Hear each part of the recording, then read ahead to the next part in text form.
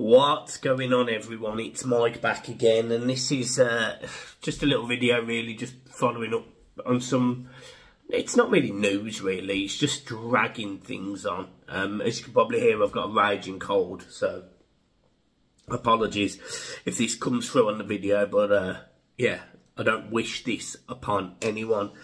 I want to send some love to a couple of subscribers, Mark and Angie, who've been going through a tough time at the moment.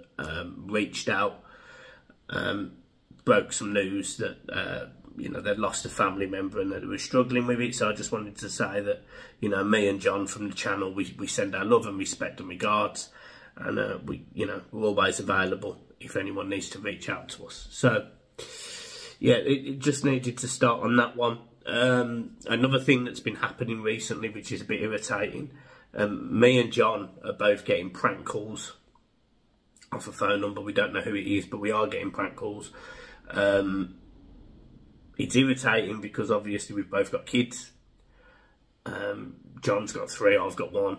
And they're ringing at times that aren't great, to be honest. So, you know, if you do know who that is, or you have given our phone number out, which is a miracle how we've got it anyway, we'd really appreciate it if you would stop. So, there you go. Let's talk about Onana first. So, Onana has been linked with a move away pretty much all summer. He hasn't helped with some of his comments for Belgium as well, where he basically alludes to the fact that he wants to play with better players. He essentially feels like he's a better player when he plays with better players. And actually, I actually don't disagree with that statement. I think you do naturally play better when you are playing with better players. But if you have a certain ability, you go from being that big fish in a small pond to being a smaller to medium-sized fish in a pond full of medium-sized fish. So I think Onana needs to just be a little bit careful, because he hasn't exactly been glittering for Everton this season. You know, he hasn't been fantastic. He's had some good games, don't get me wrong, but he's not had the best of seasons. So I personally think he should hold just a little bit more judgment before we make certain comments. But look, we need to lose a player before June. That's what it appears to be. You're going to see one of them, I suspect, leave before June. The other player I'm going to talk about in a minute, who will be a bigger miss. But yeah, I don't think Onana's a massive miss. I think Onana can, he can almost, we can cope with it. At times when he was playing poorly this season, we coped without Onana. Ghana Guy was actually, you'd argue, was actually a better performer than him this season, I would say. So I'm not too fussed. But what he does offer, you know, Onana, is that strength and that guile in the middle of the park. He does get players going, and he does, if our back is against the wall and we need a bit of a cheer, he does do that. He's someone that loves to put a foot in. He can tackle, and to be fair, some of his tackles, because of the length of his legs, they look great, and they are great. So I don't begrudge him of any of that. But there's areas where he is weak. He plays Hollywood ball far too much. Tries to play these balls over the top or from left to right. That, if I'm being honest, I just don't think he's got in his locker. And hopefully as he gets older he'll realise that. But at this moment in time, he hasn't got them in his locker. He's fairly skillful, but we don't see it enough. And he can carry the ball, but again, we don't see it enough. Now, you know, how much of that is maybe the manager saying, don't go and do that, don't go and carry the ball, blah, blah, blah, blah, blah. But for me personally, I do think at times we needed it this season, especially when like Decore was injured. We needed someone who could carry the ball out of midfield. And I don't really remember him standing up and being counted. I can honestly say that I don't think he stood out in many games. And although I'm not saying he's a bad player, I never have. I've never said he's a bad player. I have always thought that Everton was the wrong club for him, and I still stand by that. I think Everton, as of right now, are the wrong club for Onana. So, look, I suspect he will leave. I suspect he will be the first to go. And I actually suspect Everton won't be too bothered if they took a cut fee on Onana, say 40 million, rather than say the 50 or 60 that we were quoted at other periods, or were in the in the news and in the tabloids as sort of prices that Onana may go for. I don't think Everton are going to be bothered, which is a shame, but we need money. So, while this takeover thing is sitting in the background and nothing really is going on today, at least, something's going to have to happen.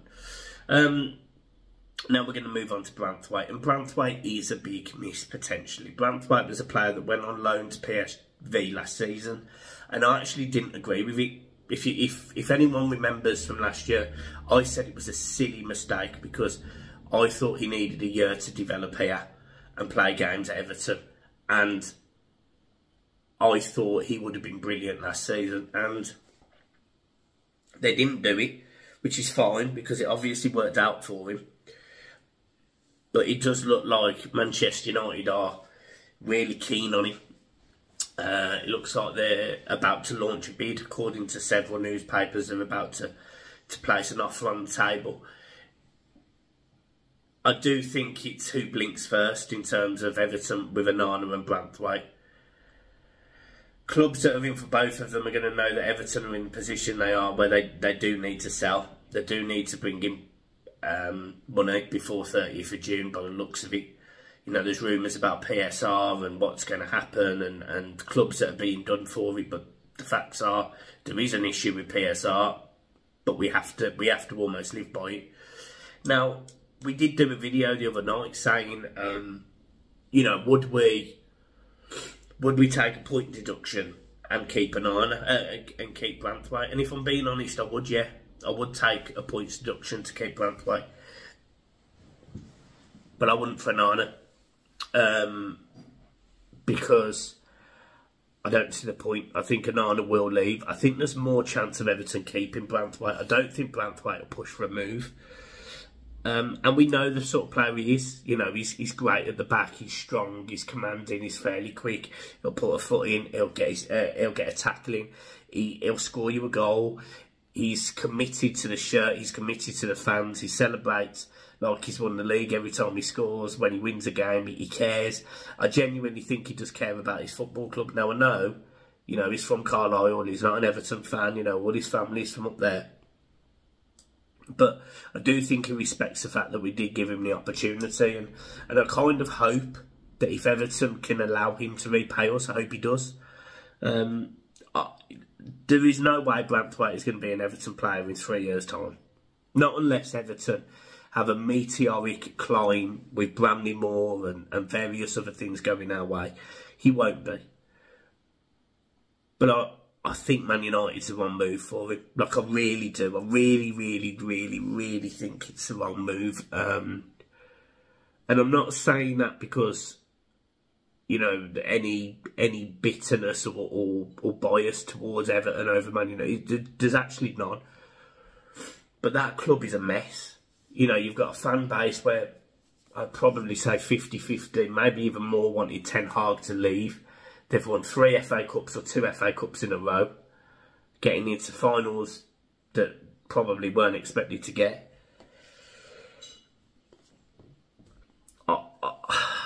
I just don't think I could see it being a disaster on his career. Like Chelsea was for Barkley. I could see it being like that. Because eventually, Man United, if he has half a bad season or he loses his form, Man United fans and Manchester United as a club, they'll just say, well, we'll buy another centre-half, we'll buy another one. And that stifles his growth, it stifles his experience, and I think he's better than that. I think he's better than that. I think he's much better than Man United. I honestly think not just him, but Tarkowski should have been in the Euro squad. I actually think they were probably second and third on the team sheet behind John Stones for centre half. I find it absolutely ludicrous. But for me, I think there's more chance of keeping Branthwaite. I really do, and I hope we do. I know it's tough, but we will see. But yeah, I've kind of got my fingers crossed. John's just sent me a tweet, so I'm going to have a quick word of it. So, pause. On top of all the things we've just discussed, John has just sent me a link. Vici Private Finance have also tabled a bid to buy Everton Football Club. So this would be the 6th offer. 2 have already disappeared.